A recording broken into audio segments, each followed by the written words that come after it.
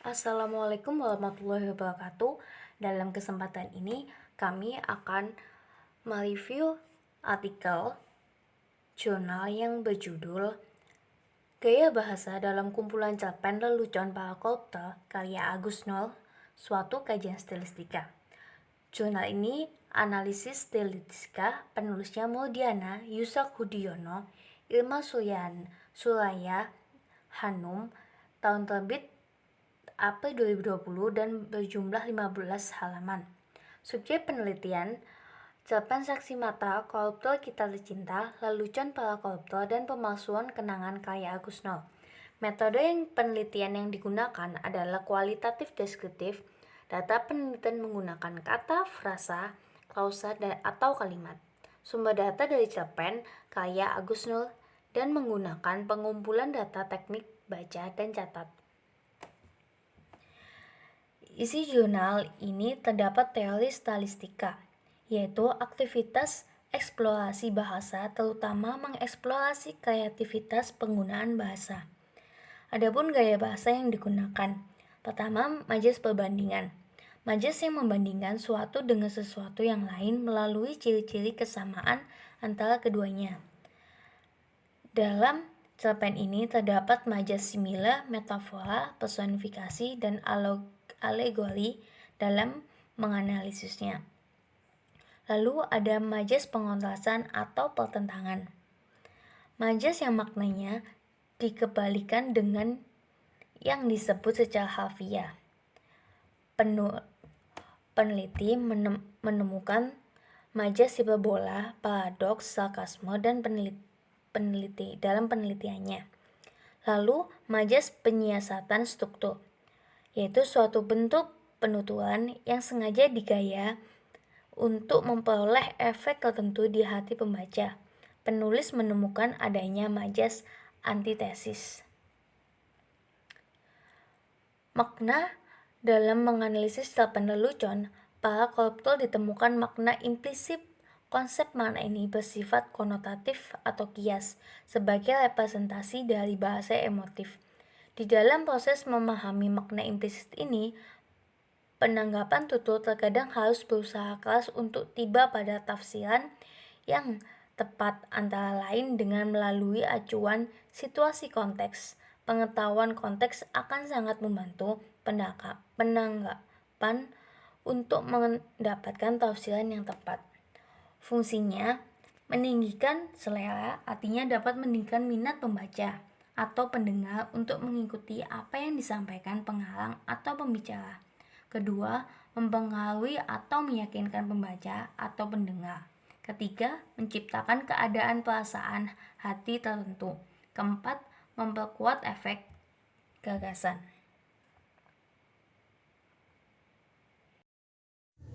Oke, selanjutnya yaitu kelebihan dari artikel ini. Yang pertama yaitu bahasa yang digunakan mudah dipahami. Dalam artikel gaya bahasa dalam kumpulan cerpen lelucon para koruptor karya Agus Nur lebih mudah dipahami daripada artikel yang saya baca dengan judul Analisis Gaya Bahasa dalam Kumpulan Cerpen Saat Cinta Datang Belum Pada Waktunya, karya Ari Pusparini oleh Peri Andrianto, yang mana kalimat yang digunakan adalah kalimat yang memiliki nilai estetis yang tinggi, sehingga dalam memahami makna dari kalimat tersebut lebih sulit. Kelebihan yang kedua yaitu penulis menjelaskan dan mengkategorikan majas dalam 3 jenis, yaitu majas perbandingan, pengontrasan, dan penyiasatan secara terperinci dan detail, sehingga pembaca dapat lebih fokus daripada artikel yang saya baca yang berjudul Gaya Bahasa dalam Cerpen Warga Kota Kacang Goreng karya Ade Alwi oleh Rini Susanti, yang mana memiliki pembahasan yang cukup luas sehingga cerpen ini memiliki hasil pembahasan yang beragam dan lebih bercorak. Yang ketiga yaitu pendekatan yang digunakan dalam metode penelitian ini adalah pendekatan stilistika, yang mana pendekatan ini sangat sesuai dengan prosedur analisis dengan keunikan dan kekhasan pemakaian bahasa yang digunakan dalam karya sastra. Daripada artikel yang saya baca dalam analisis gaya bahasa dalam kumpulan cerpen Saat Cinta Datang Belum Pada Waktunya, karya Ari Pusparini oleh Peri Andrianto. Jadi, pendekatan stilistika ini cocok digunakan pada saat seseorang peneliti menganalisis berbagai masalah yang berkaitan dengan gaya bahasa. Dalam jurnal karya Agus Nur juga terdapat beberapa kekurangan.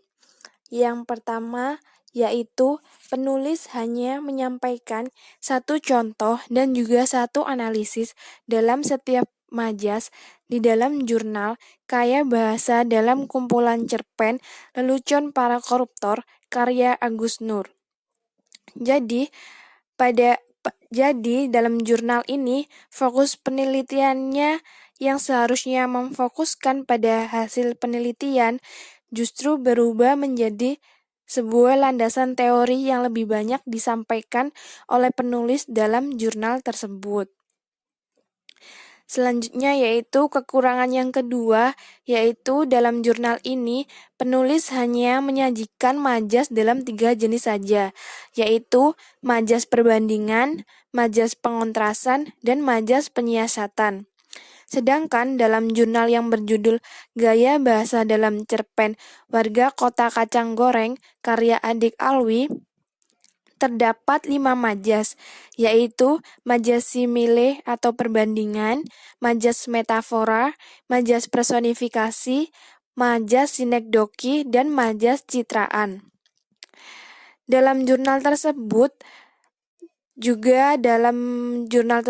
itu lebih banyak menyampaikan contoh, lebih dari 3 contoh dalam setiap majasnya.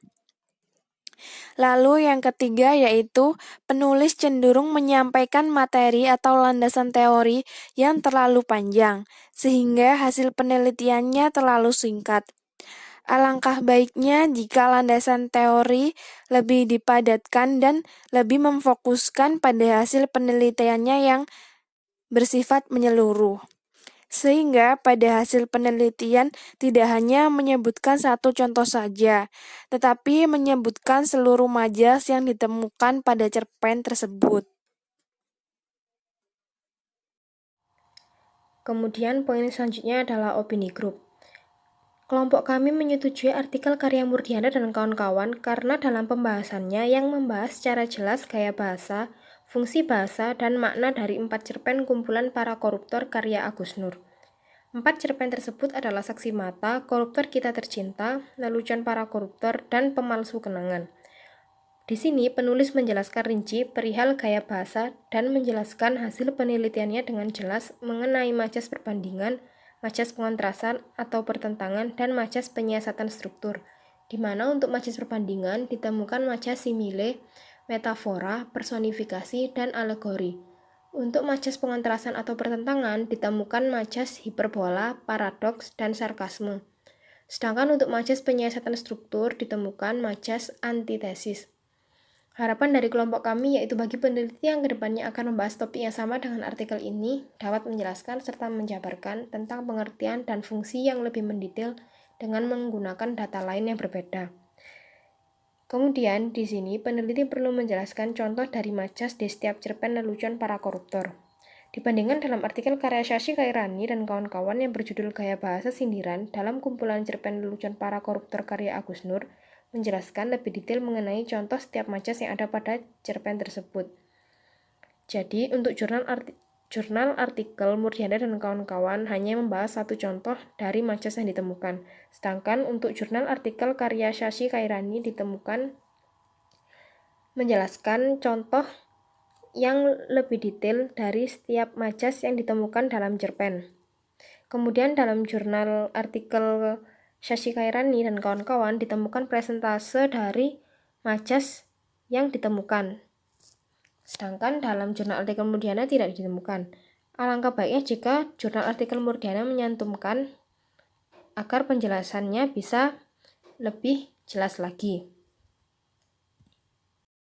Kesimpulan dari review jurnal artikel kumpulan cerpen Lelucon Para Koruptor ditemukan makna implisit yang terkandung di dalamnya, sebuah arti tersembunyi di balik dari majas atau kalimat yang disampaikan.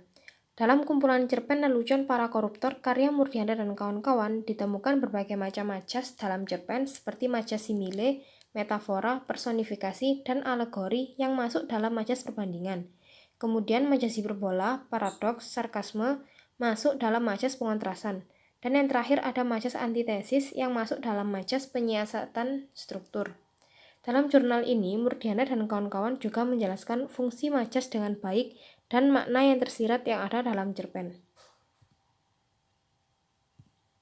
Demikianlah presentasi dari kelompok kami. Terima kasih atas perhatiannya, kurang lebihnya mohon maaf. Wassalamualaikum warahmatullahi wabarakatuh.